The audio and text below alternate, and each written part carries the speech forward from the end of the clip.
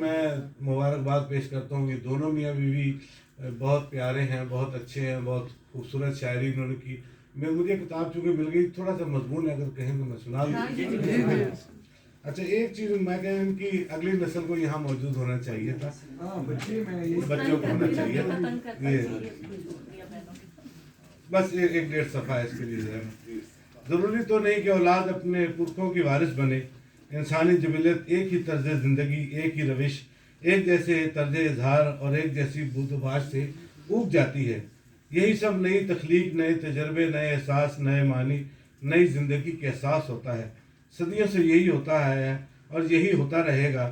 غیر متوازن افراد کی اگلی نسل نہایت متوازن اور مکمل ہوتی ہے, اور متوازن افراد کے ہاں ایسی پیڑھی نکل پڑتی ہے جو قطر معاشرے کے لیے موزوں نہیں ہوتی. اب اس پہ توجیہات کا ایک جہاں آباد ہے. حالات و واقعات, آس پاس کا ماحول, سرکشی, شرارت اور بہت سے عوامل اثر پذیر ہوتے ہیں, مگر ایک شے جسے جینیٹک منتقلی ہے وہ تو اس سے انکار نہیں کیا جا سکتا.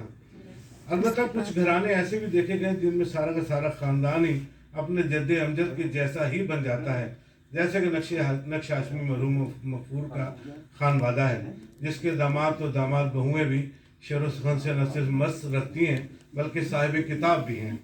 یہ ساری تمہید سرد ہو جاتی ہیں سانسے کے تخلیق کار بابر شکیل ہاشمی کے لیے باندھی ہے. بابر شکیل ہاشمی جناب نقش ہاشمی کے صاحبزادے ہیں, بہت عرصہ بعد ملے ہیں, اور ماں ایک شعری مجموعے کے.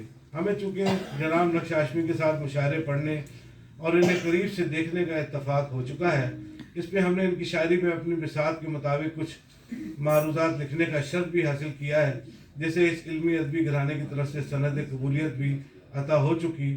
سو ہم اتنا ضرور سمجھتے ہیں کہ بابر شکیل ہاشمی اپنے والد کے نقش قدم پہ پاؤں جمائے دھیرے دھیرے چل رہے ہیں. ان کی شاعری میں نقش ہاشمی کی کہیں کہیں جھلک پڑتی ہے.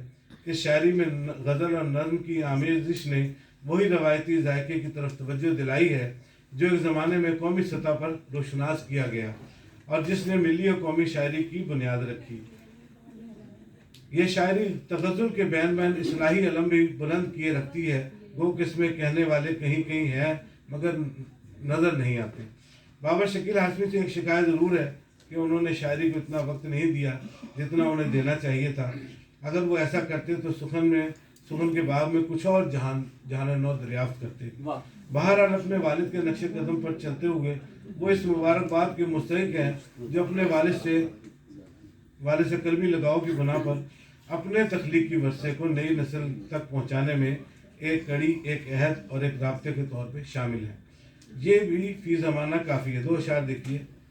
سوز جاں دیدہ خوبار سے کیا ہوتا ہے, سوز جاں دیدہ خوبار سے کیا ہوتا ہے, بار مقتل سر مقتل ہی ادا ہوتا ہے, بار مقتل سر مقتل ہی ادا ہوتا ہے. دشتے وحشت میں جو رستے میں بھٹک جاتا ہے, دشتے وحشت میں جو رستے میں بھٹک جاتا ہوں, ہر بگولا میرا خود رہنما ہوتا ہے.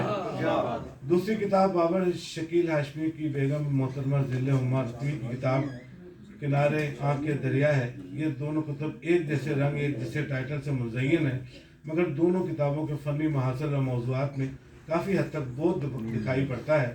اگرچہ محترمہ ذل ہما رضوی کا لہجہ اعلانیہ نسائی نہیں, مگر اس رنگ سخن میں بھی نسائیت جھلک رہی ہے.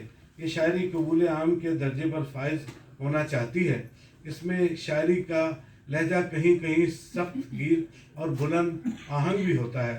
جہاں طبقاتی کشمکش مشاعرے کو توڑ پھوڑ کا شکار کرتی ہے, میری ممدوح نے ایسے موضوعات پر قلم اٹھایا جو ہمیشہ سے ایک کثیر طبقہ فکر کو اپنی گرفت میں کیے رکھتا ہے. یعنی صاحب اقتدار کے بدعمالیوں کے سبب انسانی معاشرے پر پڑنے والے اثرات اور اس کے نتیجے میں بے یقینی اور خلفشار کی جو کیفیت جنم لیتی ہے, وہی احساس دلوں پر تازیانے کا کام کرتی ہے.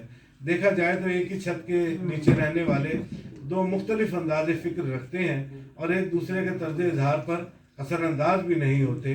بابر شکیل ہاشمی مرد ہوتے ہوئے بھی اصلاح معاشرہ کے لیے اپنی آواز کو ناصحانہ انداز میں کم بلند رکھ رہے ہیں, جبکہ ان کی بیوی ذل ہما رضوی اپنا لہجہ